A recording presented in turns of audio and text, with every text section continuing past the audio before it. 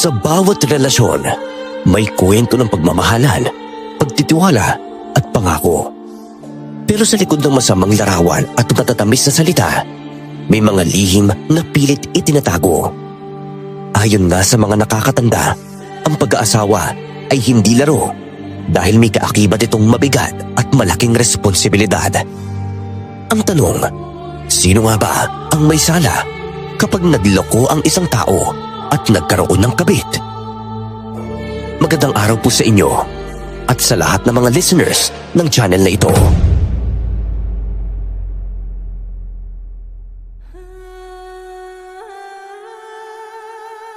Ang kwentong isasalaysay ko ay tungkol sa aking tiyahin. Dito malalaman kung anong kayang gawin ng isang tao upang ipaglaban ang maling pagmamahalan. Ako nga po pala si Perla at ito ang aking kwento.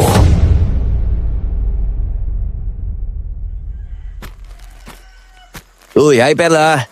Umagang tinggan na para sa isang disseprisa sa katulad mo ah. Flowers for you. Galing sementeryo. Pinitas ko pa yun para may maibagi ako sa'yo. Umalis ka nga sa harap ko, Harold. Ang dami ko nang iniisip, dumagdag ka pa.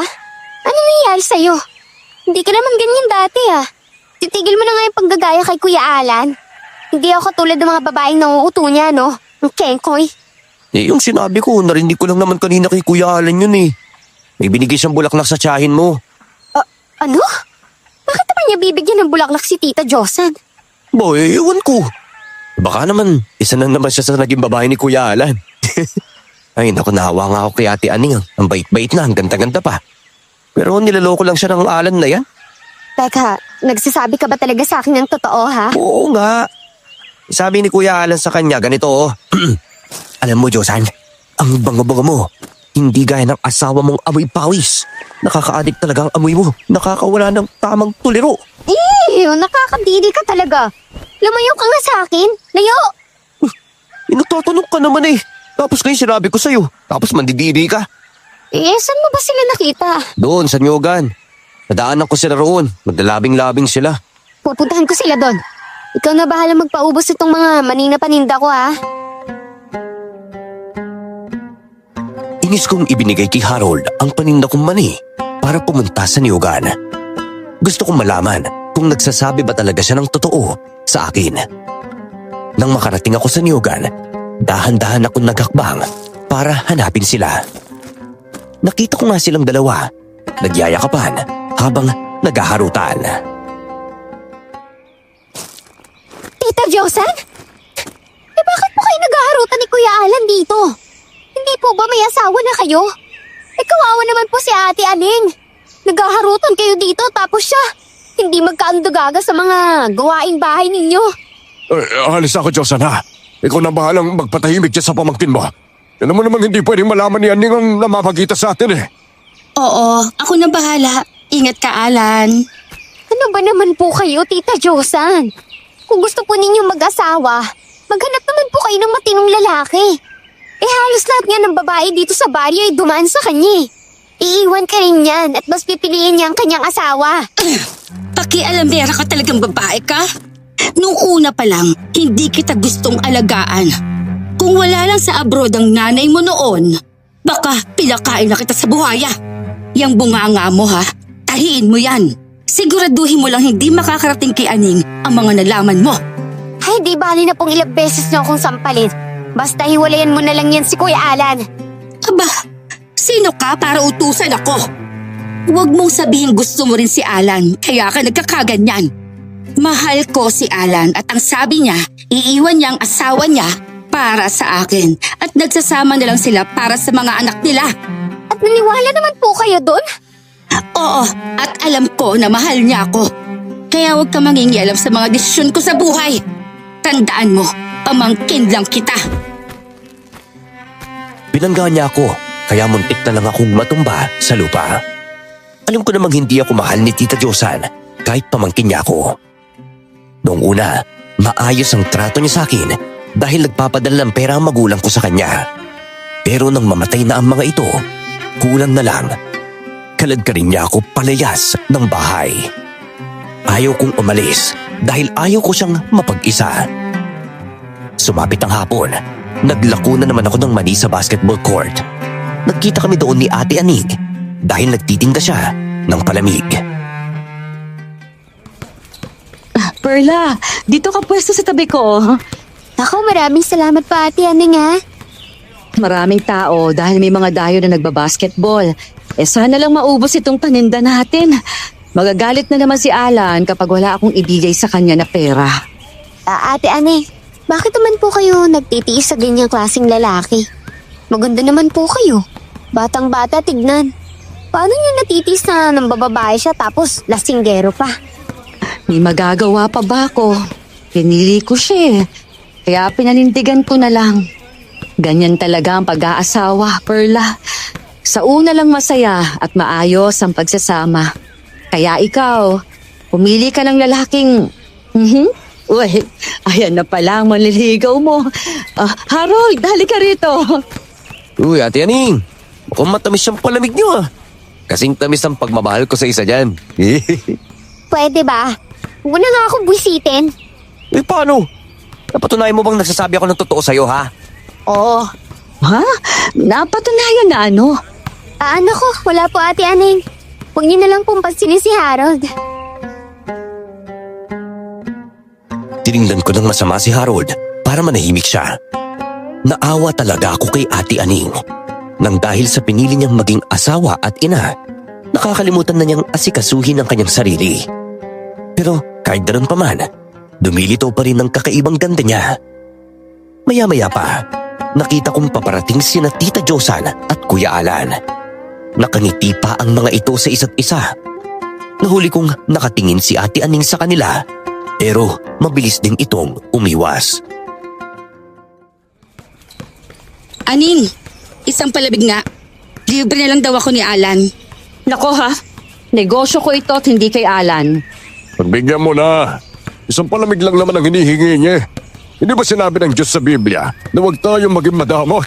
Dapat, share-share lang. Kaya po pala nakikishare kayo sa iba no? Ano sabi mo? Oh, ito na, pagbibigyan ko na. Pwede ba, Alan? Umuwi ka sa bahay at asikasuhin ang mga anak natin habang naghahanap buhay ako? Kawawa naman ang mga bata doon. Uwi na ako. Grabe naman yung pawis mo. Halika nga rito. Nang mapunasan kita. Bango-bango mo talaga kahit amoy pawis ka. Ikaw lang ang babaeng nakilala ko na amoy pawis pero mabango pa rin.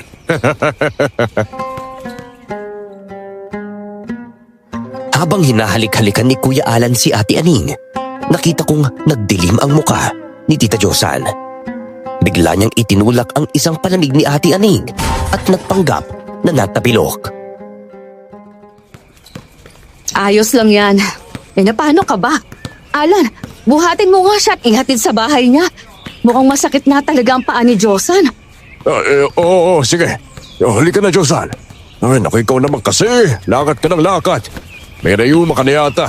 Sige na, Alan. Dalhin mo na ako sa bahay. Namimilipit na talaga sa sakit ang paa ko eh.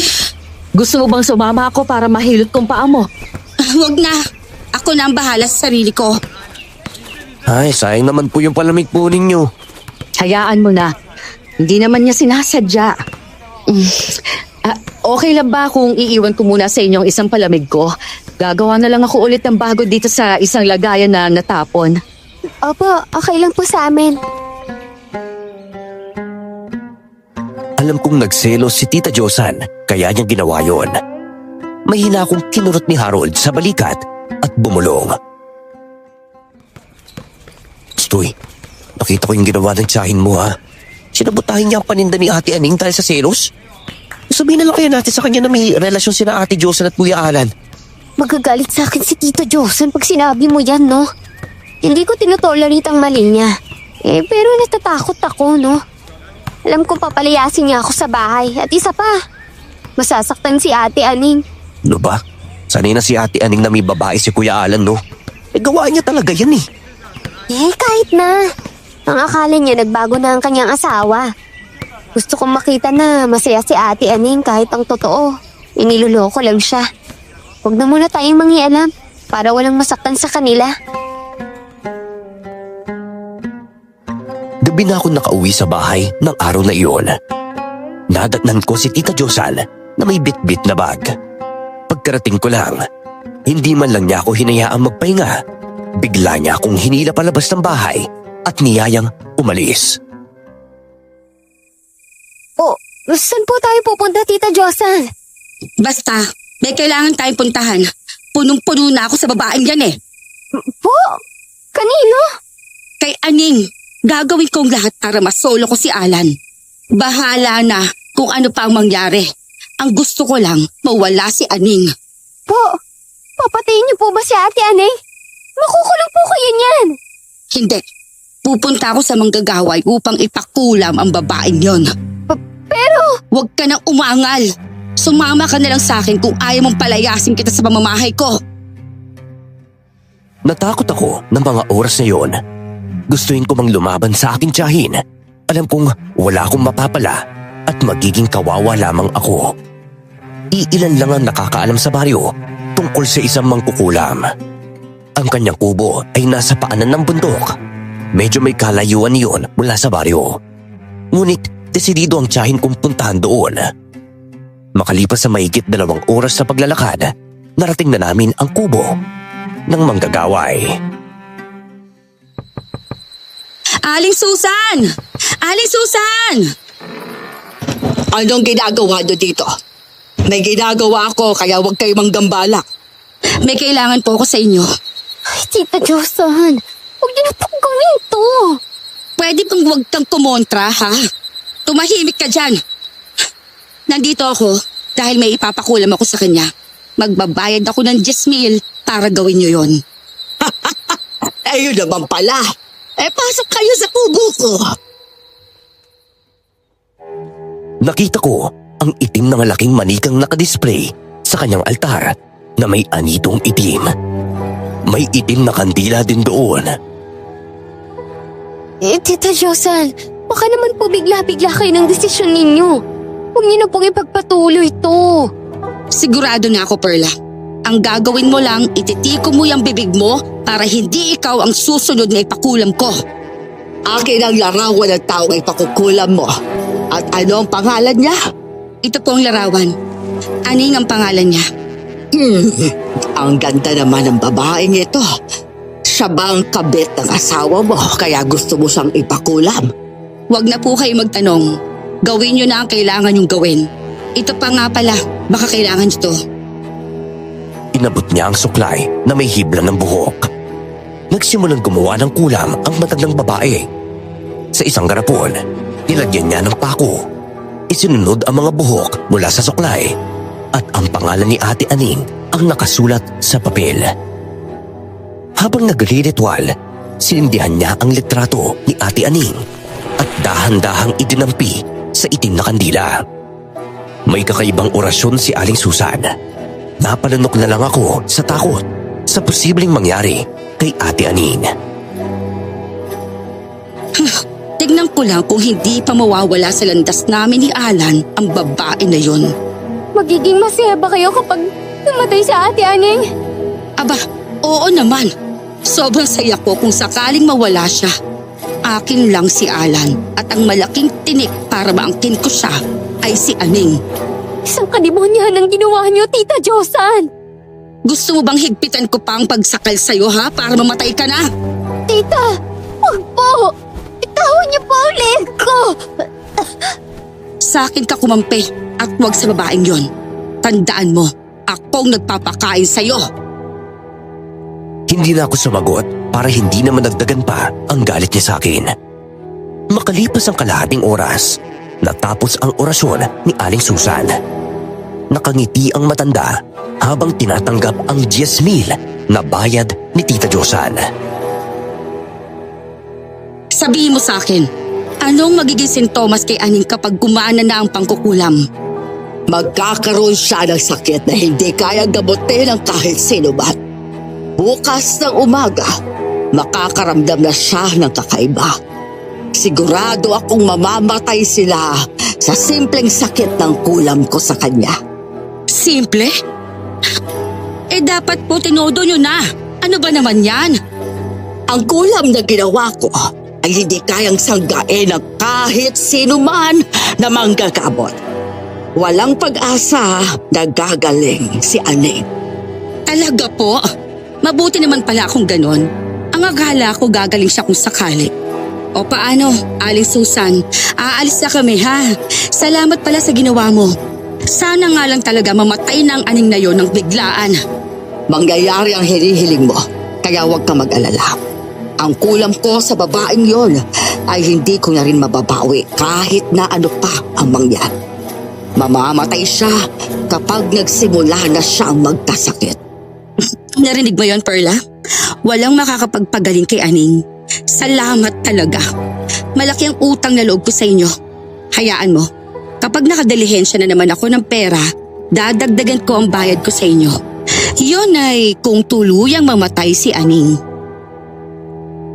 Hindi ko alam kung saan humugot ng lakas na loob ang tiyahin ko upang ipakulam si Ate Aning. Sobrang nakukonsensya ako sa nangyari. Wala man lang akong nagawa para pigilan ng tiyahin kong baliw sa pag-ibig ni Kuya Alan.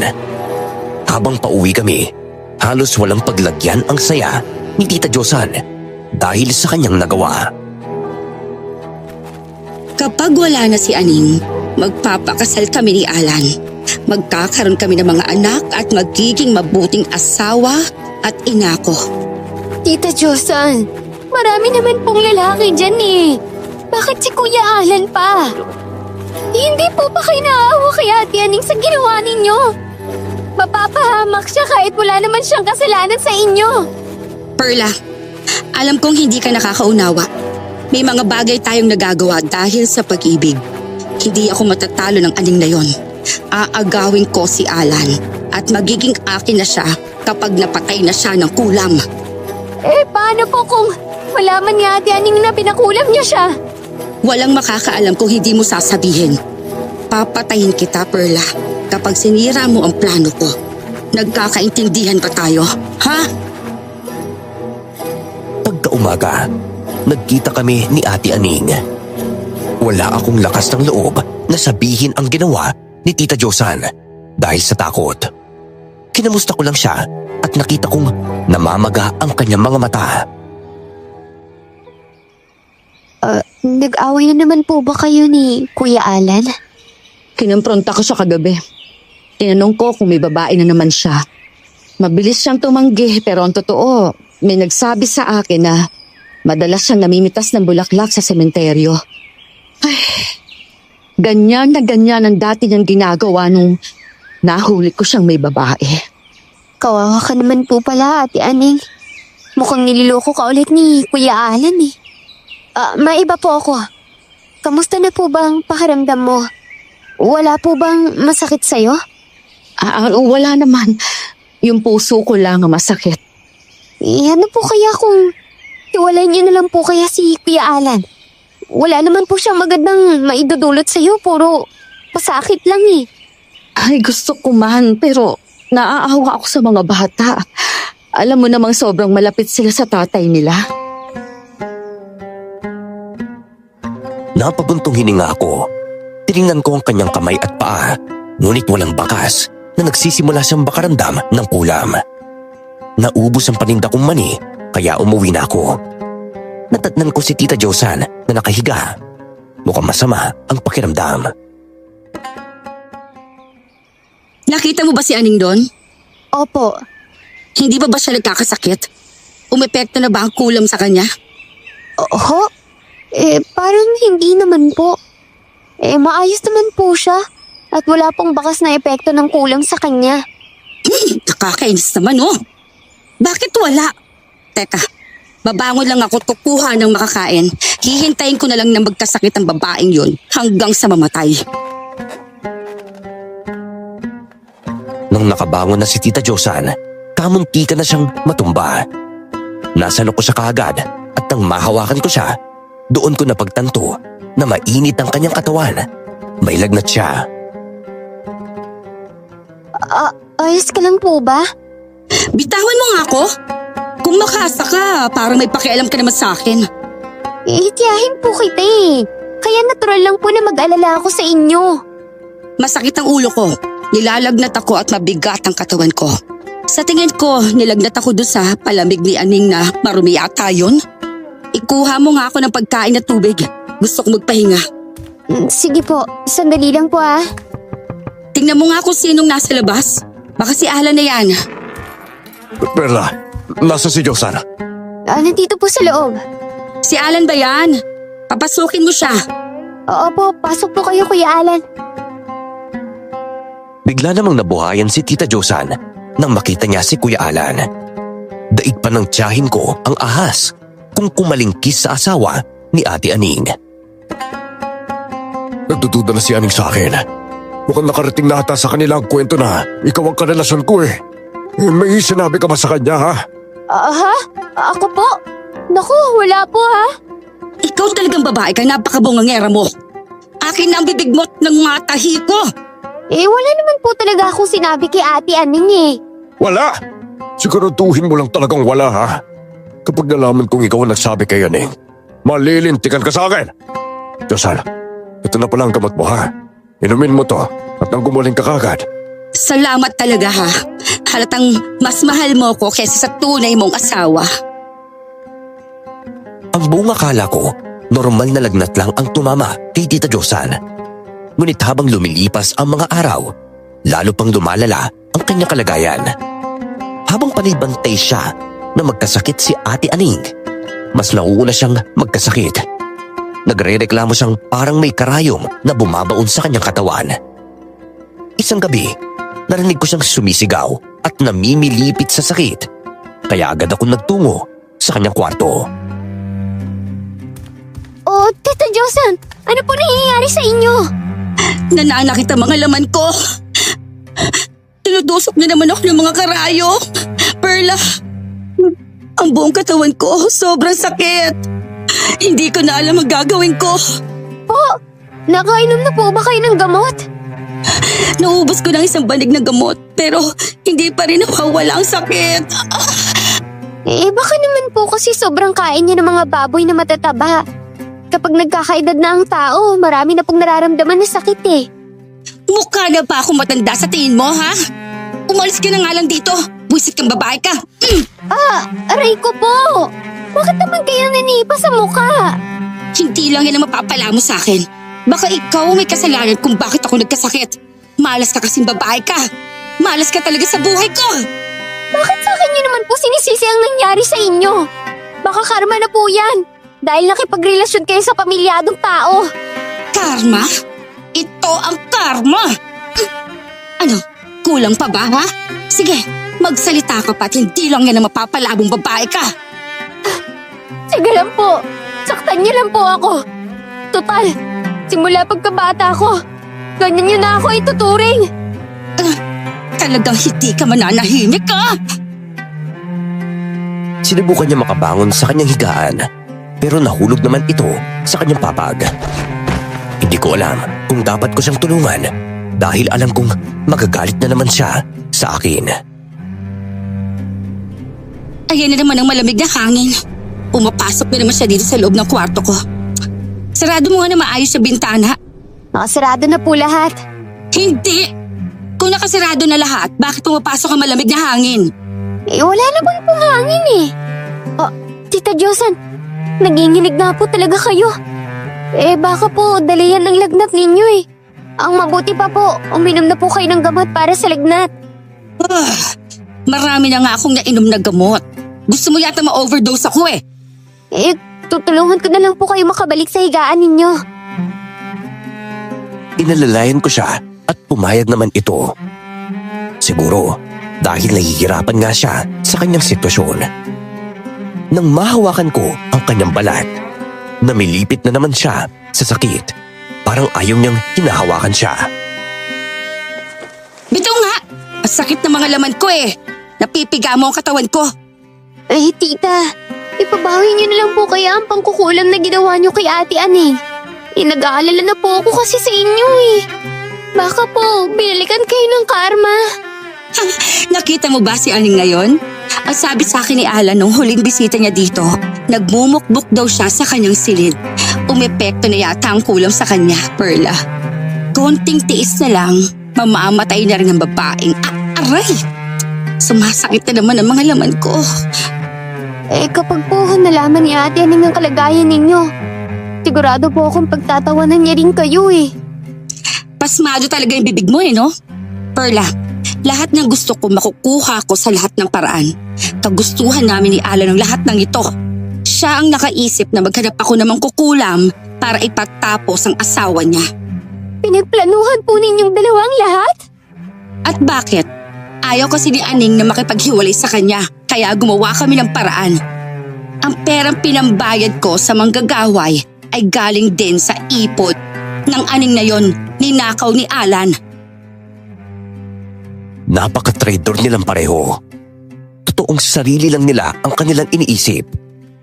Naaawa ko sa kalagayan ni Tita Josan, pero hindi ko maiwasang hindi isipin na baka pinaparusahan siya ng Diyos. Umalis ako ng bahay ng mga oras na iyon para magpahangin. Sa kasamaang palad, nakasalubong ko si Harold. Alam ko talagang aasalin na naman niya ako. Pati kilos ni Kuya Alan ay ginagaya niya kapag nakaharap siya sa akin. Uy, Perla! Hindi ba maganda ang mood mo ngayon? Gusto mo ba? Hilutin kita, ha? Napagod ka lang ata sa kakalako ng mani kanina eh. Ay, pwede ba? Tigil-tigilan mo nga ako. Huwag na nga akong iniinis. Totoong bad mood ako ngayon Ganun ba? Uy, eto, seryosong tanong na. Bakit parang ilang araw ko na yatang hindi nakikita ang tiyahin mo na gumagala? May sakit ba siya? Nilalagnat na ewan eh. Basta hindi ko rin alam kung anong nangyari sa kanya. Kaya pala. Uy, si Ate Aning pala. Nakita ko na inaaway ni Kuya Alan sa bakuran nila. Basta ang narinig ko lang, tungkol sa pera. Chismoso ka talaga, no? Kalalaki mong tao. Hindi ko naman sinasadyang marinig Balita ko kasi, ninanakaw lang ni Kuya Alan ng pera niya para ibang babae. Baka pati atsahin mo makikinabang dun Kawawa naman si Ate Aning. May halos araw-araw na naghahanap buhay para mabigyan ng maganda kinabukasan ng kanyang anak. Alam mo, sa tagal-tagal nating magkakilala, parang ngayon ka lang ata naging matino Tsaka itigil mo na nga yung panggagaya kay Kuya Alan Hindi magandang tignan, no? Pero nasa ba kaya si Ate Aning? Nagmumukmuk ba sa bahay nila? Nakita kong umalis. Bitbitang palamig. Baka nagtitinda na naman yun kayong naubos si Kuya Alan ng kanyang ipon. Mas lalo pa akong naawa kay Ate Aning dahil sa nalaman ko. Ang mas inaalala ko pa, hindi man lang niya alam na ang pera niya ay mismong ginamit ni Kuya Alan at Tita Josan na ipakulam sa kanya. Pinuntahan ko siya sa basketball court. Doon lang naman ang kanyang pwesto. Nakita ko nga siyang naghahalo ng kanyang palamig. Sumama na rin sa akin si Harold para daw makapag-basketball. Ate Aning! Perla, nandyan ka pala. Bakit po kayo umiiyak? Problema sa bahay? Ano po ba kasi ang nangyari? Alam niyo po, sobrang saya ko nang makitang maayos po kayo. Malusog at hindi tinatablan ng sakit. Kung tatablan pa ako ng sakit, di kawawa na ako niyan. Yan talagang Kuya Alan mo. Wala nang kadala-dala.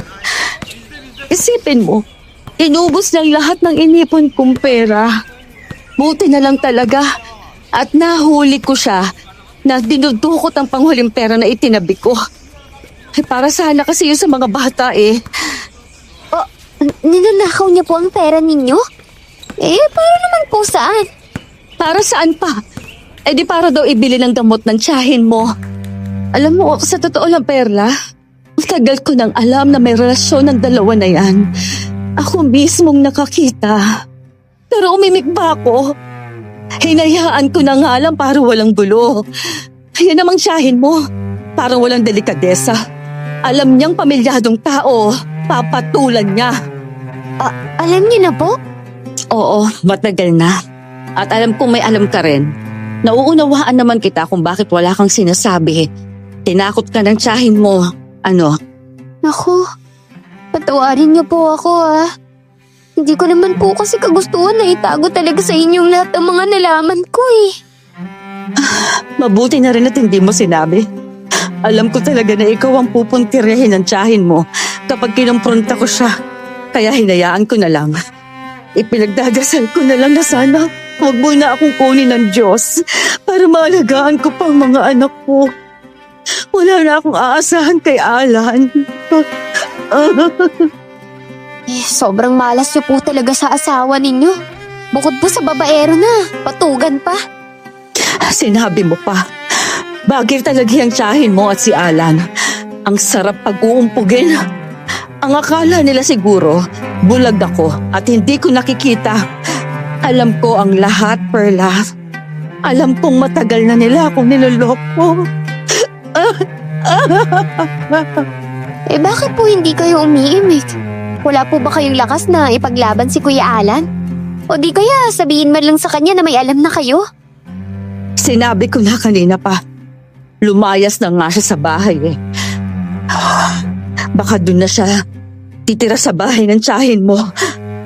Hinayaan niyo lang po kasing siraan ng ibang kababaihan ng pamilya ninyo eh. Matagal ko nang pinadalaban yung asawa ko. Mahal ko siya. Pero mukhang napagod na rin naman ako. Bumuntong hininga ang matandang babae at may kinuha siyang kristal na pinggan. Sa pinggang kristal, may lumabas na ukit kwintas doon. Pareho sa kwintas na madalas kong nakikita kay Ate Aning. Kahit ano pa, ang pangkukulam na gagawin natin sa kanya ay hindi siya tatablan dahil may proteksyon si Aning. Ano? Proteksyon? Kailangan matanggal ang proteksyon sa kanyang katawan upang tablan siya ng kulam. At saan naman kukunin ni Aning ang kanyang proteksyon? Iyon ang hindi ko alam. Kung talagang magaling ka magkukulam, dapat may paraan ka kung paano talunin ang kanyang proteksyon. Mas palakasin mo pa ang kulam sa kanya. Pasasaan pa at tatalaban din ng babaeng yun. Pero Josal, gawin mo na lang kung anong gusto ko. Magbabayad naman ako ng malaking halaga kung mapatay mo si Aning eh. Sige, gagamitin ko ang aking pinakahuling alas para talaban ng kulam ang babaeng yan. Sandali lang ha. Nakakainis. Nakita mo ba ang kwintas sa suot-suot ni Aning? Opo, pero normal na kwintas lang naman po yun. Ginawa lang daw yan ng lola niya. Bata pa raw siya. Nangibigay po yan kaya mahalaga sa kanya ang bagay na yon. Medyo sira na nga po eh. Siguro dahil matagal na rin po. Kunin mo kaya yung kwintas niya, Perla. Opo? Paano ko naman po yun gagawin? Tsaka, mukhang hindi naman po kailangan na kukunin pa yung kwintas niya eh. Sinabi na nga po ni Aling Susan na may pinakahuling alas na po siyang gagamitin eh. Ay, nahihilo talaga ako. Pinilit ko lang pumunta rito para muling ipakulam si Aning eh. Eh di po sana kung nagpahinga na lang po kayo sa bahay, magiging maayos pa po ang pakiramdam ninyo. Tita Josan, hindi po kaya buntis kayo kaya po kayo naduduwal? Hindi ko pa alam. Hayaan mo. Sa susunod ko na lang aalamin kung mawala na sa landas kong babaeng yun. Ay, hindi ko na po kasi talaga kayo maunawaan. Wala naman pong pakialam si Ate Aning sa relasyon ninyo ni Kuya Alan eh. Pero bakit gusto niyo po siyang ipapatay? Dahil gusto niyo ang kininang lupain niya? Hindi lang yon, Perla. Maganda si Aning at anumang oras, kaya niyang bawiin sa akin si Alan. Hindi lang ang lupain niya ang gusto kong makuha. Ang sabi ni Alan, may gintong tinatago si Aning sa bahay nila. Pero hindi makukuha yun hanggat hindi ang daliri ni Aning ang gagamitin pang bukas. Sakim sa pagmamahal at yaman ang tiyahin ko. Magkapatid sila ng tatay ko, pero ibang-iba ang ugali niya sa aking ama. Makalipas pa ang ilang minuto, bumalik na si Aling Susan. May bitbit siyang mga bagay na mula sa kanyang kwarto. Ano naman yan? Ito na ang pinakahuling kulam na pwede kong gawin kay Aning. Abo ito ng kabaong at katawan ng namatay na insekto. Kailangan ko pa ng dugo ng manok. Kung sakaling tatalab, si Aning ay magsusuka ng dugo at mamamatay. Gusto ko yan. Sige na po, kunin niyo na ang manok niyo. Dugo lang ng manok ang kailangan ko. Kukunin ko lang ang tinali kong itim na manok doon sa labas. Sige, pakibilisan lang po dahil hindi na ako makapaghintay. Nang makuha niya ang manok, kaagad niya itong ginilitan sa leeg. Pinasentro niya ang dugo ng manok sa garapon at isinama niya doon ang abo ng kabao at insektong patay gaya ng langaw at ipis. Pagkatapos noon, nagsimula na siyang gumawa ng orasyon. Napansin ko na parabang unti-unting natutumba si Tita Josan kahit nakaupo lamang siya. Hinawakan ko ang kanyang dalawang balikat pero siniko niya ako. Ano ka ba? Hindi mo ba nakikita natutulog ako? Ay, natutulog po pala kayo. Ang akala ko po kasi masama na naman po ang pakiramdam ninyo eh. Gisingin mo na lang ako kapag tapos ng ritual. Sumisikip ka naman ng dibdib ko. Umuwi na lang po tayo sa bahay para makapagpahinga na po kayo. Hindi ako aalis dito hanggat hindi natatapos ang orasyon ni Aling Susan. Sige po. Kayo pong bahala. Makalipas ang kalahating oras, natapos na ang pagsagawa ng orasyon. Halos walang paglagyan ang saya sa mukha ni Tita Josan. Ang katawan ng manok ay sinindihan ni Aling Susan para sunugin. Naramdaman ko ang kakaibang hangin na bumalot sa loob ng bahay ng matandang babae.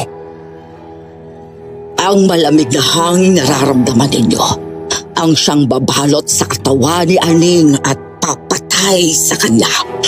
Napaka-imposible na kung hindi pa siya tabla ng panghuling kulam ko. Sana nga lang talaga. Tabla na siya, no? Paano naman po ang mangyayari kung sakaling hindi tatablan ng kulang si Ate Aning? Ang panghuling kulam na yon ay buhay ko na ang nakataya. Sa akin babalik ang kulam kung sakaling hindi tatalab sa kanya. Aling Susan, bakit naman po kayo naging makukulam na manggagaway? Hindi kita binibigyan ng permiso para magtanong sa buhay ko. Umalis na kayo dito sa aking pababahay at marami pa akong gagawin. Sige, aalis na kami.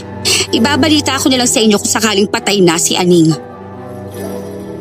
Bago kami umalis sa bahay ng matandang babae, nakita ko siyang pangising-ising sobrang natatakot. Hirap na hirap si Tita Josan sa paglalakad. Nakahawak ang kanyang kamay sa dibdib at nahihirapan siyang huminga. Parang may kakaibang nangyayari, pero ayaw niyang aminin. Tita, magpagamot na lang po kayo sa doktor. Sa tingin ko po may karamdaman na talaga kayo eh. Malusog ang katawan ko saka wala akong bisyo. Bata pa ako kaya imposibleng magkaroon ako ng sakit. Sa pagod lang ito siguro at sa stress dahil sa kaiisip ko kung bakit hindi pa namamatay ang Aning na yan. Ay, huwag niyo na pong isipin. Mas mabuti nga po na hindi siya mamatay at hindi siya tatablan eh. Masusunog ang kaluluwa ninyo sa impyerno. Kayong dalawa namang gagaway na yun. Dahil sa kadibonyahan na ginagawa niyo kay Ate Aning. Hindi ka talaga nakakaintindi sa ginagawa ko, ano, Perla? Palibasa, hindi mo naman kasi danas na may nagmamahal sa'yo ng totoo kaya hindi mo alam kung anong pakiramdam na may nagmamahal. Si Alan ang kaligayahan ko. Kung mawawala siya sa akin, mamamatay ako.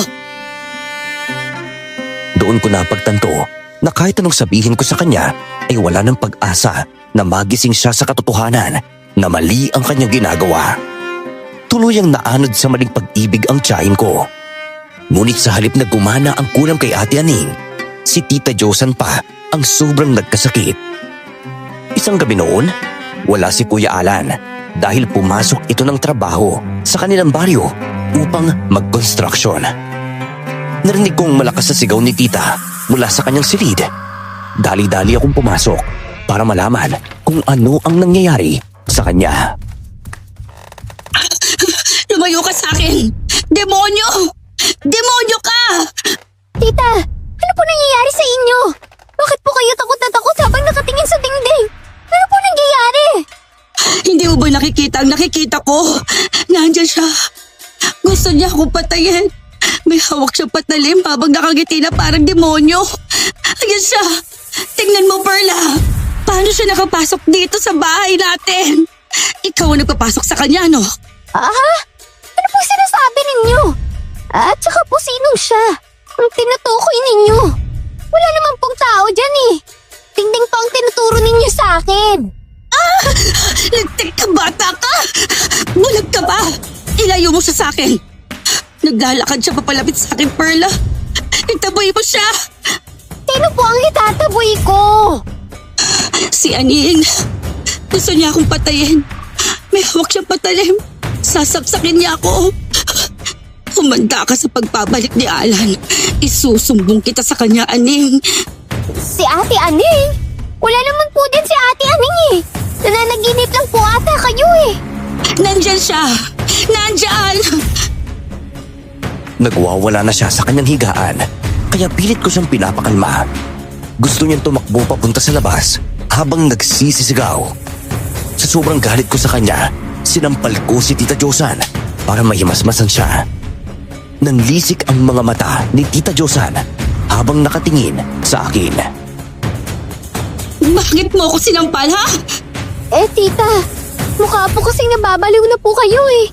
Hindi kaya kinakarma ka na sa ginawa mo kay Ate Aning kaya ka nagkakaganyan ha? Ikaw, isa ka pa. Kasalanan mo rin ang lahat ng ito. Kung hindi mo siya pinapasok dito sa loob ng pamamahay, hindi siya nakarating sa kwarto ko. Ikaw yata ang may gustong mapatay niya ako eh, ha? Halika nga rito. Bitawan niyo naman po ang buhok ko! Aray ko po! Ayan na si Aning. Nakasunod siya sa atin. Sige, Aning, saksakin mo ko. Papatayin ko rin si Perla. Isasama ko siya sa kabilang buhay. Wala nga po si Ate Aning eh. Nagmamalikmatan lang po kayo. Nag-halusinate lang po kayo. Diyos ko, nababaliw ko na ate dahil kay Ate Aning eh. Hindi ako baliw. Hindi ako baliw, naiintindihan mo? Aray ko! Sabi na nga pong tama na eh. Nabagsak sa sahig ang aking tiyahin, ngunit bigla siyang tumawa. Natakot ako habang pinagmamasdan siya. Habang tumatagal, nagbabago ang kanyang kilos at pagsasalita. Walang ibang lumalabas sa kanyang bibig kundi puro pangalan ni Ate Aning. Diyos na siguro ang gumanti sa kasamaan na ginagawa niya, kaya siya nagkakaganoon. Masasabi ko na nababaliw na talaga siya dahil meron siyang kilos na hindi na normal. Tita, kumain na po kayo. Nakaalis na ba si Aning? Baka mamaya bigla siyang darating at sasaksakin na naman niya ako. Si Alan, hindi ba siya nakauwi? Hindi po. Wala po kayong umasa na babalik pa ang lalaking yon. Babaero po yun eh. Baka nasa bahay na naman siya ng ibang babae. Hindi ganyan si Alan. Ako lang ang mahal niya. Mas mahal nga niya ako kesa kay Aning eh. Ay, ang mabuti pa po. Magpagamot na lang po kayo sa albularyo. Masama ang kutob ko sa nangyayari sa inyo eh. Ayoko nga. Kapag malaman ng taga-baryo na magpapagamot ako, baka isipin nilang may sakit ako. Wala akong sakit, Perla. Yang utak mo ang ipagamot mo. Ano wala kayong sakit? May sakit nga po kayo. Hindi na nga po kayo kumakain ng maayos kasi puro aning na lang ang lumalabas sa bibig ninyo eh. Wala naman po siya dito eh. Bahala ka. Basta maghahanap na po ako ng albularyo na para matingnan kayo. Ako na po magbabayad dahil may pera naman po ako dito. At gagastos ka ng pera mo para lang sa akin, ha? Huwag mong gagawin yan. Itago mo ang pera mo kung ayaw mong palayasin kita dito. Wala na po kayong magagawa. Hirap na po kayong makatayo dyan eh. Kaya hindi niyo na po ako masasaktan pa. Mamaya papaliguan kita para sa pagdating ng albularyo. Hindi aalingaso ang amoy mo. Hindi ka kumakain ng maayos. Hindi ka na rin naliligo at halos hindi ka na makatulog. May mali po talaga sa inyo, tita. Pumunta pa ako sa kabilang bayan para sunduin ang matandang lalaking albularyo. Si Harold ang nagpakilala sa akin sa kanya. Nang sumama si Harold sa bahay, halos hindi siya makapaniwala nang makita ang kalagayan ng tiyahin ko. Perla, bakit parang grabe na yata ang piniyat ng tiyahin mo? Ayaw niyang kumain eh. Kung hindi si Kuya Alan ang iisipin niya, si Ate Aning na naman. Ay, nasisira na yata yan ng ulo eh. No, iwan niyo muna kami. Ako nang bahala sa kanya. Sige po. Tita, sa labas lang po kami ha. Aalis ka na naman? Aawayin ako ni Aning mamaya. Huwag mo akong iwan. Napatingin na lang ako kay Harold at lumabas na kami sa kwarto niya. Kung nagtanim lang ako ng galit kay Tita Josan, Masasabi ko na nababagay lang sa kanya ang mga nangyari. Pero hindi ako ganong tao.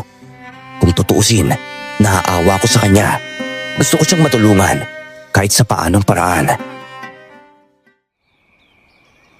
Grabe, bilib din ako sa'yo. Sa kabila ng ginawa ng tiyahin mo sa'yo simula noon pa, nagawa mo pa rin siyang alagaan. Malaki din naman kasi ang utang na loob ko sa kanya eh. Bakit ba kasi biglaan na lang siyang nagkaganyan? Hindi ko nga rin alam. Nagsimula siyang magkaganyan nung pumunta kami sa manggagaway. Manggagaway? Oo, yung mangkukulam na nakatira sa paanan ng bundok. Pinakulam ni Tita Josan si Ate Aning. Hindi ko sinabi dahil natakot ako sa kanya. Pero imbes na si Ate Aning ang nagkakasakit, biglang siya. Sama talaga ni Ate Josan. Bakit niya naman yung gagawin kay Ate Aning? Ay, kinarama lang talaga yung tiyahin mo. Habang siya nagkakasakit, eto, masaya naman si Ate Aning sa piling ng mga anak niya ngayon. Maya-maya pa, lumabas na ang matandang lalaking nanggagamot. Malungkot ang mukha ng matanda. Mukhang bigo na gamutin ang tiyahin ko.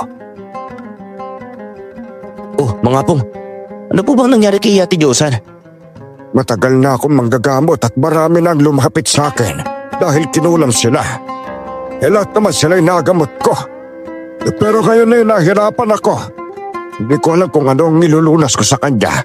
Kakaiba ang kulam na tumama sa tiyahin mo, Perla. Kulam? Sino naman po ang nagpakulam sa kanya? Walang nagpakulam. Pero may kulam na dumapo sa kanyang katawan. May kakilala ba kayong nagkukulam na malapit sa tiyahin mo, ha? Opo, sa totoo lang po, may pinakulam po si Tita Josan. Pero ayon daw po sa mangkukulam, hindi raw po tinatablan ng kulam yung taong pinapakulam niya. Kung ganun maaaring bumalik sa tiyahin mo ang kulam na para dapat doon sa taong ipapakulam niya. Hindi ko siya kayang gamutin. Ang kulam na dumapo sa kanya ay may kasamang sumpa. Maaaring may kinalaman ng manggagawin na yun kung bakit nagkaganyan si Ate Josan. Kausapin mo yung manggagaway. Siya lang ang nakakaalam kung bakit nagkakaganyan ang tiyahin mo. Kaagad na umalis ang manggagamot. Parang napaka-imposible na hindi niya magamot si Tita Josan. Biglang sumigaw si Tita ng malakas. Mabilis kami pumasok ni Harold sa loob ng kanyang silid. Nakatakip ang kanyang mga kamay sa dalawang tenga at takot na naman siya. Tita Josan, huwag na po kayong matakot. Nandito lang po kami ni Harold, hindi ka po namin pababayaan. Babantayan ka namin dito. Papalapit na naman si Aning sa akin. Narinig ko mga yapak niya. Wala po si Ate Aning, Ate Josan. Tumingin nga po kayo sa akin. Harold, tulungan mo ako. Papatayin ako ni Aning. Hindi po magagawa ni Ate Aning ang bagay na yan. Hindi po sa masamang tao. Mabuti po si Ate Aning. Maniwala po kayo. Ay naku, tulungan niyo nga pong gumaling ang sarili po ninyo. Kailangan po nating malaman kung ano ang ginawa ng manggagaway sa'yo, tita. Ang manggagaway na yon ang dapat sisihin. Hindi niya tinupad ang sinabi niya sa akin. Napapatayin niya si Aning sa kulam. Tita, huwag niyo na pong isipin na mamamatay si Ate Aning. Nakita po siya ni Harold, masaya po siya sa buhay niya. Samantalang kayo, miserable dahil binabalikan kayo ng masamang ginawa ninyo. Perla, tignan mo to. Itinaas ni Harold ang kamay ni Tita Josan at nakita ko na may malalaking pasa na tumutubo sa kanyang balat, parang binugbog ng malakas. Mayroon ding lumilitaw na mga sugat doon. Inasikaso ko si Tita at ginamot ang mga pasa at sugat niya. Habang ginagawa ko iyon, biglang dumating si Kuya Alan. Medyo nakainom ito at nagtataka nang makita ang kakaibang itsura ni Tita Josan. Oh, ano nangyayari sa'yo? Bakit ganyan ka nalang kabait ngayon? Alan, mabuti na lang umuwi ka na. Alam mo ba yung si Aning? Ilang beses niya akong tinangkang patayin. Ano? Pero ang tanong ko muna sagutin mo. Tsaka bakit marami kang mga pasa at sugat sa katawan, ha? Kuya Alan, habang wala po kasi kayo, nagkasakit po si tita eh. Oo nga, nagkasakit ako dahil sa asawa mo. Ano kaya kung tayong dalawa na lang ang mismong pumatay kay Aning? Nagkasakit ka tapos naging ganyan na kagad ang itsura mo. Mukha ka ng 80 anyos dyan eh. Kakaya mga paa mo. Para lumiit ah. Kapolyo ka ba? Sa hindi na ako makakalakad eh. Tingnan mo, parang lumit ang mga paa ko. Nakita ko si Aling doon. Presko siyang tignan ngayon kesa sa'yo. Iiwan na kita. Babalik na ako sa asawa ko. Mag-isa ka ng inutil dyan. Alan, wag!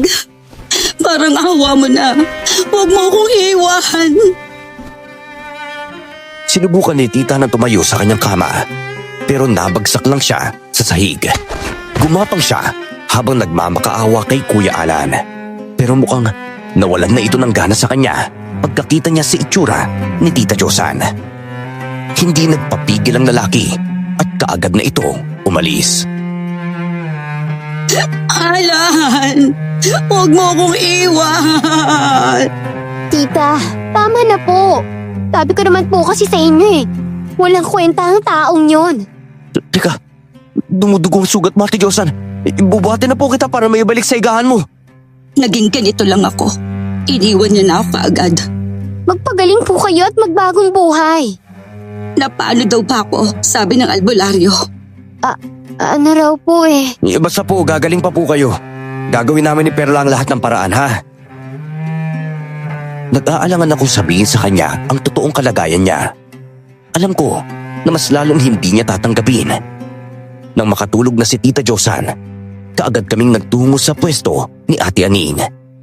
Marami siyang parinda ngayon.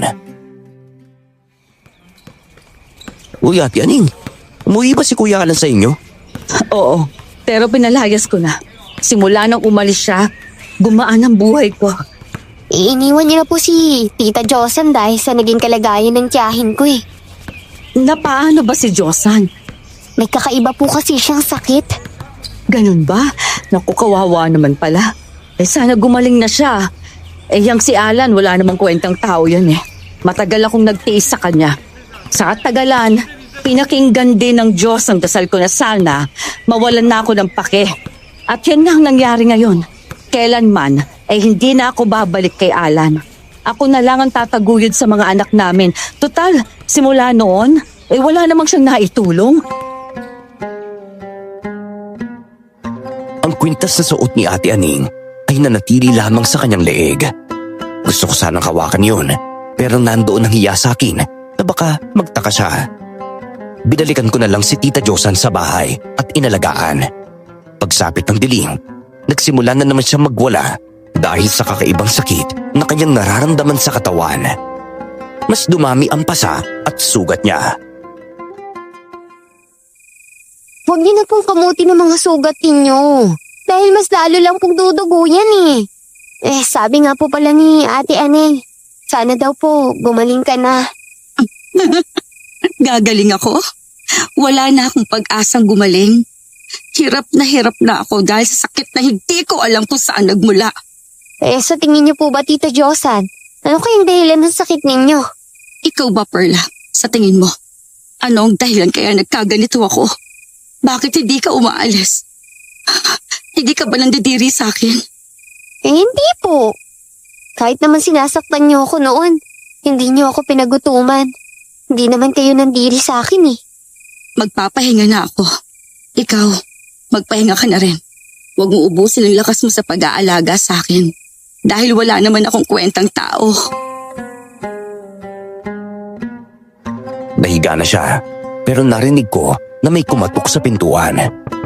Dali-dali ko namang binuksan iyon at nagulat ako nang makita ko ang matandang manggagaway.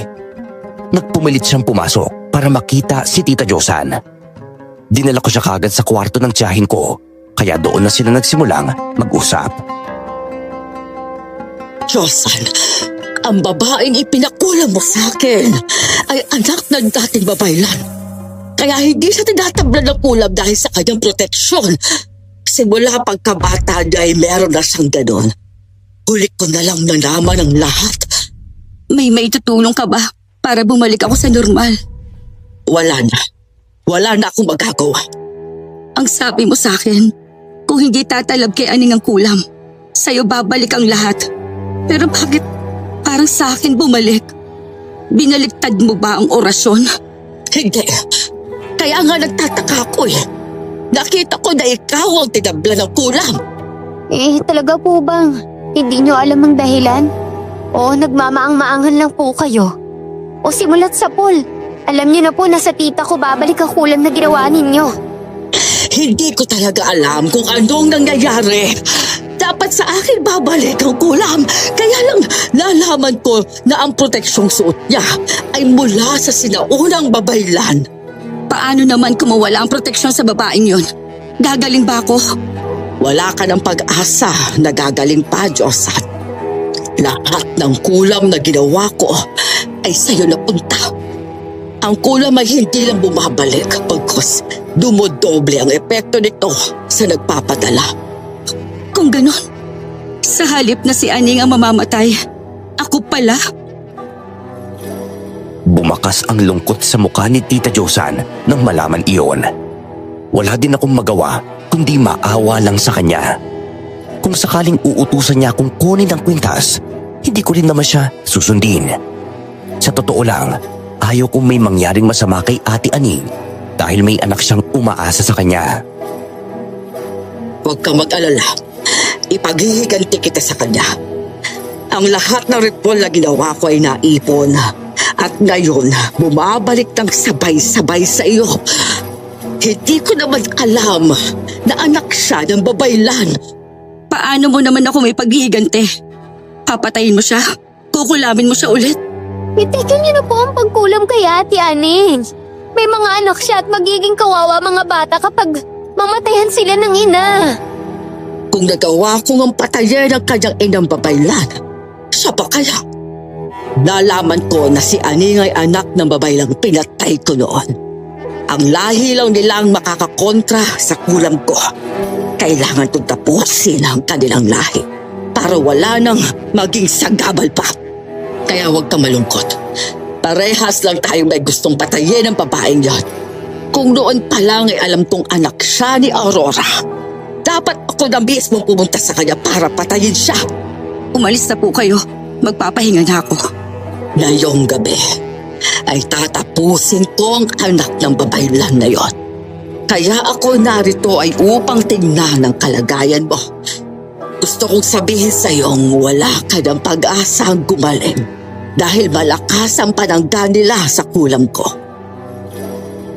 Umalis na kaagad ang manggagaway. Biglang napatulala si Tita Josan. Nag-aalala ako para kay Ate Aning ng mga oras na iyon. Maaari siyang mapatay ng manggagaway kung sakaling hindi siya makatakas. Bakit balisa ka na naman? Wala po. Magpahinga na po kayo. Pakiramdam ko na mawawalan na ako ng hininga, Perla. Hindi po ba mas makapangyarihan ng Diyos sa lahat? Magdasal po kayo. Baka sakaling magkaroon ng himala. Sa tingin mo ba may pag-asa pa ako? Wala na. Kabayaran na ito sa ginawa ko. Alam ko naman yun eh. At naiintindihan ko. Narinig kong usapan ninyo ng albularyo. Alam ko na hindi na ako gagaling. Wala na po tayong magagawa, Tita Josan. Pero pinagdadasal ko na sana. Gagaling pa po kayo. Pagmasdan mo ako, mahina na. Butot pala na rin ang katawan ko. Umalis ka na. Puntahan mo na si Aning. Sabihin mo sa kanya ang plano ng manggagaway. Pero wala po kayong makakasama dito. Sundin mo na ako. Umalis ka na. Kailangan maunahan mo manggagaway na makarating sa bahay nila. Sige po. Nang nasa pintuan na ako ng kwarto ni Tita, bigla niya akong tinawag. Ngumiti siya sa akin. Sa buong buhay ko, noon ko lang siya nakitang ngumiti. Madalas kasi siyang masungit at galit kapag kaharap na niya ako. Patawarin mo ako, Perla. Hindi naman po ako nagalit. Mabuti naman. Umalis ka na. Pakisabi na lang din kay Aning na patawarin niya ako. Baka kasi pagbigyan pa ako ng Diyos na mabuhay kapag tinanggap kong pagkakamali ko. Opo, sasabihin ko po. Mag-iingat ka. Tulungan mo si Aning laban sa manggagaway. Hihintayin kita makabalik. Alam kong nagsisisi na si Tita Josan pero huli na ang lahat para sa kanya. Ang magagawa ko lang sa ngayon ay dapat maligtas si Ate Aning pati ang kanyang mga anak. Nakarating ako sa kanilang bahay, bandang 9:00 na ng gabi. Nagtaka pa siya kung bakit ako nandoon. Perla, bakit ka nandito? Pwede niyo po ba akong papasukin? May mahalagang bagay lang po akong sasabihin sa inyo. Sige, tuloy ka. Maupo ka muna at ikukuha kita ng tubig. Mukhang hinihingal ka pa. Tumakbo ka ba papunta dito? Opo, may mahalagang bagay lang kasi ako kailangan sabihin eh. Ito, uminom ka muna. Maraming salamat po. May aaminin po ako sa inyo. Pero bago ko po aminin ang mga bagay na yun, gusto ko po sanang humingi ng tawad. Sa totoo lang po, pinakulang kayo ni Tita Josan. Hindi ko po sinabi dahil sa takot ko po sa kanya. Alam ko naman yun. Alam niyo pong pinakulang niya kayo? Oo. Paano ko nalaman? Dahil dito sa kwintas ko, kapag may binabalak na masama sa akin ang taong nakapaligid sa akin, kusang iilaw ito. Alam ko ang ginawa nila sa akin ng asawa ko. Hindi lang naman si Josan ang may kagustuhan na ipakulam ako, kundi pati si Alan. Pero masaya po ako dahil hindi po kayo tinablan ng kulam ng manggagaway. Ang lahat ng kulam na ginawa ng manggagaway ay bumalik po kay Tita Josan. Nalulungkot po ako para sa kaligayan niya ngayon. Pero wala na po akong magagawa eh. Talagang babalik sa kanya ang kulam dahil meron akong proteksyon. Hindi ko rin naman kagustuhan na ibalik sa kanya ang lahat ng ginawa nila. Ang kwintas na ito, ang may kakayahan na ibalik sa kanila ang lahat. Huwag na po kayong mag-alala. Hindi ko naman po kayo sinisisi dahil sa kwintas niyo eh. Kasalanan rin naman po ni Tita Josan ang lahat. Ipinagbiling niya rin po sa akin na ihingi ko raw po siya ng tawad sa inyo. Hindi naman na ako galit sa kanya. Hindi ko rin siya sinisisi kung bakit nakipagrelasyon siya kay Alan. Matalas lang talaga ang dila ng lalaking yon. Napakamanloloko. Pero sa totoo lang po, may iba pang dahilan kaya ako nandito eh. Ang sabi po ng manggagaway, anak ka raw po ng babaylan na nakalaban niya noon. Papatayin ka raw po niya ngayong gabi. Kung ganon, ang mangkukulam na nilapitan ninyo ay siyang pumatay sa nanay ko. Alam mo ba kung saan ang bahay niya? Puntahan natin siya. At nang maipaghiganti ko ang nanay ko. Baka po mapahamak tayo. Matagal ko na itong pinaghandaan. Hindi ako natatakot sa kanya. Kung magkaharap man kami, isa lang ang maaaring mabuhay sa amin. Alam ko po kung saan yung bahay niya. Nandun po sa paanan ng bundok. Doon siya nakatira. Matagal ko na siyang hinahanap at hindi ko aakalain na ngayon ko siya matatagpuan. Humanda sa akin ang mangkukulam na yon. Pero hindi basta-bastang lulusob lang po tayo doon. May kakayahan na akong harapin siya, Perla. Ituro mo na lang sa akin kung saan ang bahay niya. Samahan mo ko. Siya ang may kasalanan kung bakit nagkasakit ng ganoon ng tita mo. Sa totoo lang, sa una pa lang, bago niya gawin ang kulam, alam na niyang anak ako ng babaylan. Mararamdaman niya yon kapag may gamit at litratong ibinigay si Josan sa kanya. Ano? Oo, at maaaring may dahilan kung bakit hinayaan niyang magkasakit ang tita mo. Gusto niya talaga ang pumatay. Ganyan ang gawain ng mga masasamang mangkukulam. Hindi naman ako nagdalawang isip na samahan si Ate Aning para puntahan ang kubo ng manggagaway. May dala siyang baston, kamangyan at kung ano-ano pa. Hindi ko alam kung para saan iyon. Nang makarating kami, may naamoy kaming parang sinusunog na balahibo ng manok. May amoy ng sinunog na halamang gamot ang sumisingaw. Umahalo sa asin ang dugo ng hayop na inialay ng mangkukulam. Umikot kami sa likuran ng bahay niya at nadatnan namin ang matanda na nagsasagawa ng ritual. Nagsasamba siya sa anito na may 7 sungay. Puno ng dugo ang kanyang 2 kamay. Bigla siyang tumayo nang makita kami ni Ate Aning. Hindi pa tapos ang pagre-ritual ko. At kung gusto mong makipaglaban, maghintay ka. Bakit ko pa hihintayin na matapos ang pagre-ritual mo? Upang mas lalo kang lumakas? Alam ko kung bakit mo hinayaang magkasakit si Josan. Lahat ng lakas niya sa kanyang katawan ay unti-unting nahihigop ng katawan mo. Hayop ka! Tinadya mo pala talaga ang lahat! At bakit, Perla? Hindi ba karapat-dapat lang na ba sa tita mo ang mamatay? Lahat ng gusto niyang mangyari kay Aling, sa kanya ko ginawa. Masama rin naman ang tiyahin mo. Tama ba? Pupunta ka sa mangkukulam upang ipakulam ang isang tao. Mali yun! Pero dahil alam ko mapapakinabangan ko siya, ginawa ko ang gusto niya. Ang hindi niya lang alam ay nautakan ko siya. Pero sa tingin ko, ngayong gabi na matatapos ang kasamaan mo. Panahon na upang bayaran mong lahat ng kademonyohang ginawa mo. At sa tingin mo ba, ang kagaya mo lang ang makapapatay sa akin? Oo, ako ang nakatadhanang tatapos sa kasamaan mo. Naghanda ang mangkukulam. Kumampas ang malakas at malamig na hangin sa kinaroroonan namin ni Ate Aning. Kakaiba ang hangin. Nagsitayuan ang mga balahibo ko. Senyales na ang hangin ay mula sa kapangyarihan ng manggagaway na mangkukulam. May hawak siyang sisidlang ng lagis na may laman na mga uod.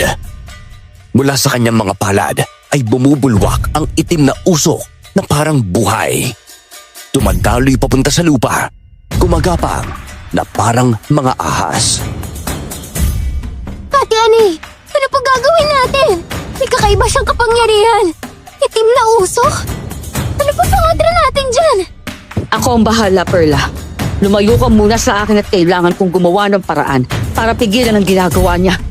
Kaya nga ako may dalang ganito para may pangontra ako sa kapangyarihan niya.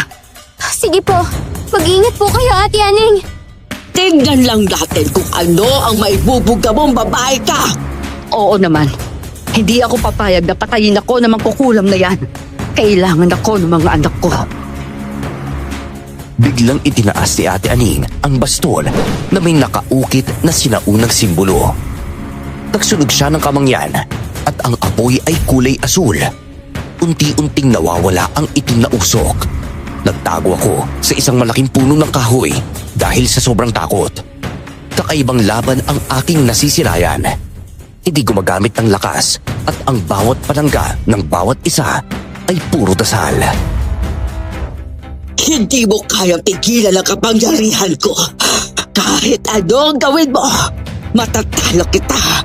Kagaya ng nanay mo. Hindi mo masusukat kung anong kakayahan ko. Kakaiba ko sa nanay ko. Totoo, sa kanya ko naman ang kapangyarihan. Ngunit ang hindi mo alam, binasbasan ako ng aming ninuno. Ganon ba? Sige nga. Pakitaan mo ko na kapangyarihan mong hindi ko pa nakikita sa nanay mo. Matanda ka na, kaya dapat lang na magpahinga ka na sa impyerno. Masyado namang mahina ang tingin mo sa akin, Aling. Ito, pagbastag mo kung anong gagawin ko. Perla, magtago ka na maayos. Siguraduhin mong hindi ka matatamaan ng kapangyarihan na pinapakawalan niya. Opo. Itinaas ng manggagaway ang kanyang kamay at mula rito ay kumawala ang napakalakas na hangin. May nakikita akong parang tinik ng cactus na sumasama sa hangin. Ang mga puno sa paligid ay natuyo. Ang mga ibon ay biglang nahulog mula sa sanga ng mga kahoy. Ngunit mabilis na kumilos si Ate Aning. Buong lakas niyang hinampas ang kanyang baston sa lupa at subigaw ng kakaibang dasal. Biglang nagliwanag ang kanyang dibdib at nagkorting kalasag iyon. Ang kapangyarihan na pinakawalan ng magkukulam ay nabubulok at nagiging abo bago makarating sa kanya. Hindi ko nauunawaan kung anong klase ng laban ang pinapanood ko. Ang dugo ng mga ninuno ko ay siyang sandata ko sa'yo. Mangkukulam! Kakaiba ka, ha? Hindi ginamit ng nanay mong tungkod na yan nung naglaban kami. Sinadya niyo talagang itago ang bagay na ito para ako mismo ang gagamit. Ngunit hindi ko pa naipapamalas ang totoong lakas ko. Ipamalas mo na habang maaga pa at baka maunahan pa kita. Biglang nag-orasyon si Ate Aning at nakita kong kumilos ang mga ugat ng puno. Natakot ako at gusto ko nang tumakbo. Pero ang mga ugat na iyon ay gumagapang papunta sa kinaroroonan ng manggagaway. Binalot ng mga ugat ang paa ng manggagaway at buong lakas namang nagpumiglas ang mangkukulam. Nang hindi makaalis ang mangkukulam, bigla niyang pinalaki ang kanyang bibig.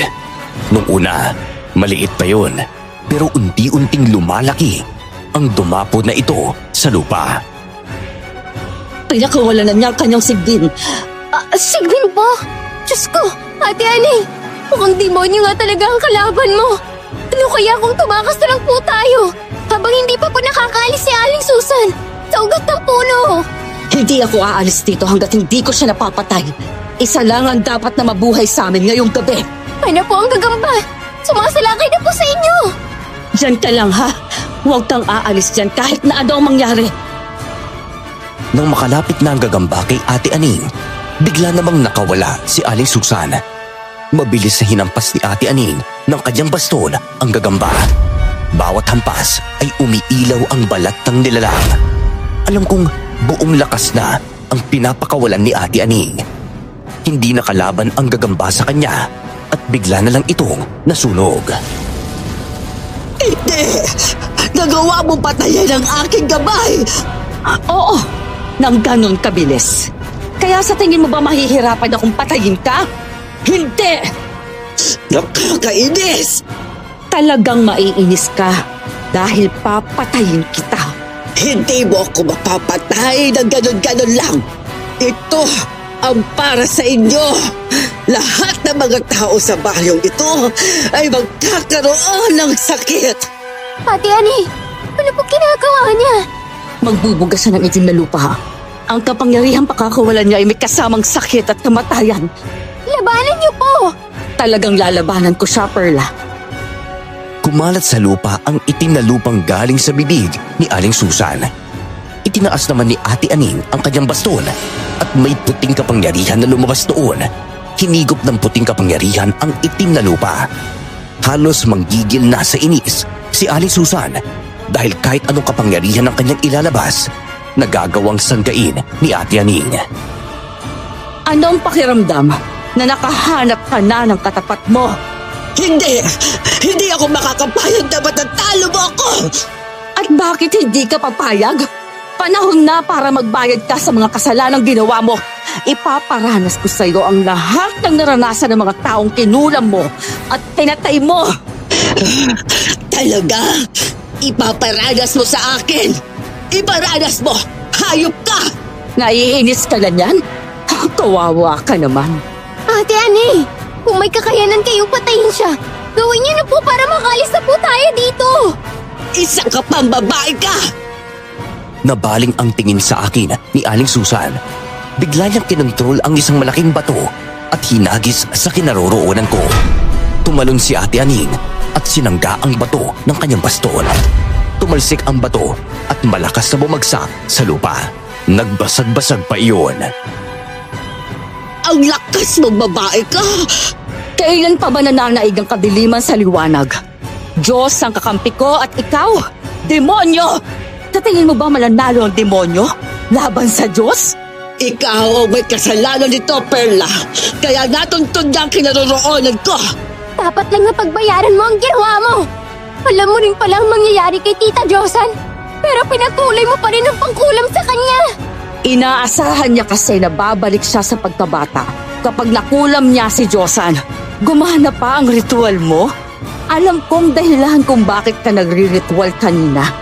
Ginagawa mo yon para bumalik ka sa pagiging bata gamit ang lakas at enerhiya ni Josan na nawala na sa katawan niya.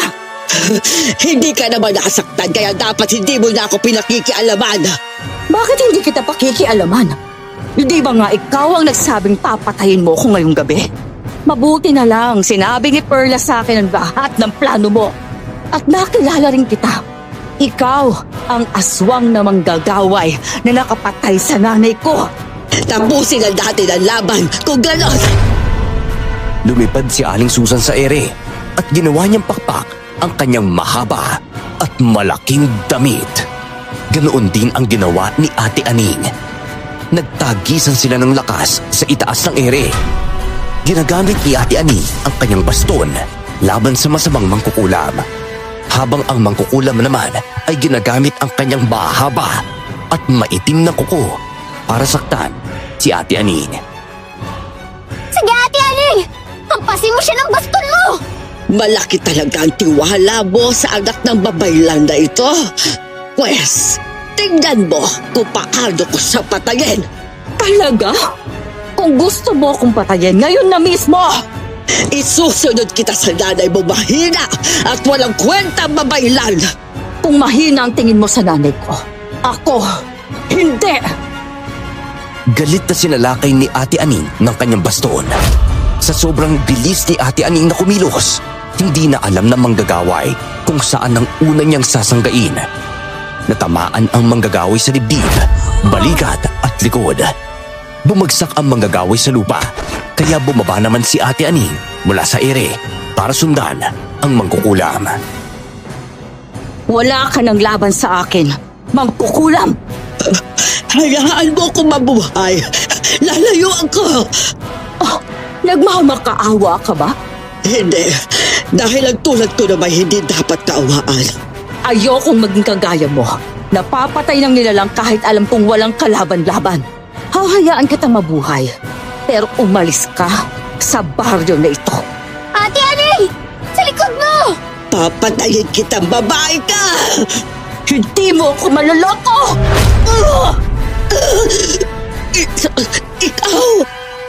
Ikaw ang anak ng babaylang tatalo sa lahat ng malalakas na magkukulam. Ako nga! Arling Susan! Muli siyang hinampas ni Ate Aning ng kanyang baston. Bumalik siya sa pagtumba sa lupa. Hindi siya tinigilan ni Ate Aning sa paghampas hanggang sa may lumabas na kulay itim na likido sa katawan ng matandang babae. Unti-unting nalulusaw ang katawan ng matanda hanggang sa ang itim na usok na lang ang natira. Mayroong garapon na dala si Ate Aning. Binuksan niya iyon at hinigop ng garapon ang itim na usok habang may binibigkas na orasyon si Ate Aning. Sa wakas, naibigay ko na rin ang hustisya na para sa nanay ko. Napatay mo na siya, Ate Aning! Mawawala po kaya ang kulam niya kay Tita Josan? Gayong patay na po siya? Hindi na. Dahil ang unang kinalaban ng tita mo ay ako. Ang sino man na manakit sa akin ay magkakaroon ng sumpa. Ay, patawarin mo ako, Perla. Pero proteksyon lang naman ito para sa sarili ko. Ayos lang po. Wala naman po kayong kasalanan doon eh. Nagbabakasakali lang po naman ako. Uuwi na po ba tayo? Oo, tara. Kahit papano, naging masaya ako dahil nagtagumpay si Ate Aning na patayin ang mangkukulam. Sumama si Ate Aning sa bahay at nadatnan ko doon si Harold. Sinalubong niya kami sa pintuan ng bahay. Oh, buti naman sinamahan mo si tita habang wala ako. Wala na mangkukulam. Pinatay na siya ni Ate Aning. Perla, kaya ako nandito para sana magbisita eh. Kaya lang naubutan ko si Ate Josan. Nag-iingalo. Ano?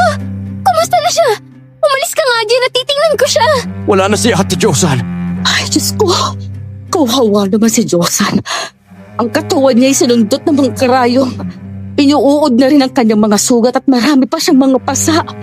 Bago siya mamatay, nabigkas pa niya na sana patawarin siya ng Diyos. Sana nga, talagang mapatawad siya ng Diyos. Ang bawat taong nagsisisi sa kanyang mga kasalanan ay mapapatawad ng Diyos. Niyakap ko ang bangkay ni Tita Josan. Nakadilat ang kanyang mga mata. Senyales na hindi pa niya gustong mamatay. Ayon kasi sa mga nakakatanda, kapag ang tao ay nakadilat ang mga mata sa kanyang kamatayan, lumaban pa raw ito at hindi pa nila gustong mawala. Sa kalagayan naman ni Tita Josan, wala na siyang magagawa kundi tanggapin ang karma ng kanyang ginawa. Sobrang nagpapasalamat ako sa proteksyong ibinigay sa akin ng nanay ko. Kung hindi dahil dito, baka ako ang nakaratay. Kawawa naman ang mga anak ko. Kaya nga po Ate Aning, Kung sana hindi na lang naisipan ni Ate Diyosa na ipakulam po kayo. Hindi din naman sana ito mangyayari. Pinilit ko po siyang pigilan. Pero ayaw niya pong makinig eh. Ang pagpapakulam ay hindi biro, Perla. Kapag nagpakulam ka ng isang tao, siguradong binibenta mo na ang iyong kaluluwa sa demonyo. Sa kabila ng kasamaan na ginawa ni Tita Josan kay Ate Aning at sa iba pa, lahat sila tumulong upang mapalibing ko siya. Nakakapanibago na wala akong marinig na nagbubunga nga sa akin araw-araw. Nakakalungkot, ngunit hindi na maibabalik ang dati. Pero masaya ang puso ko dahil bago siya mamatay, humingi ng tawad sa lahat ng ginawa niya.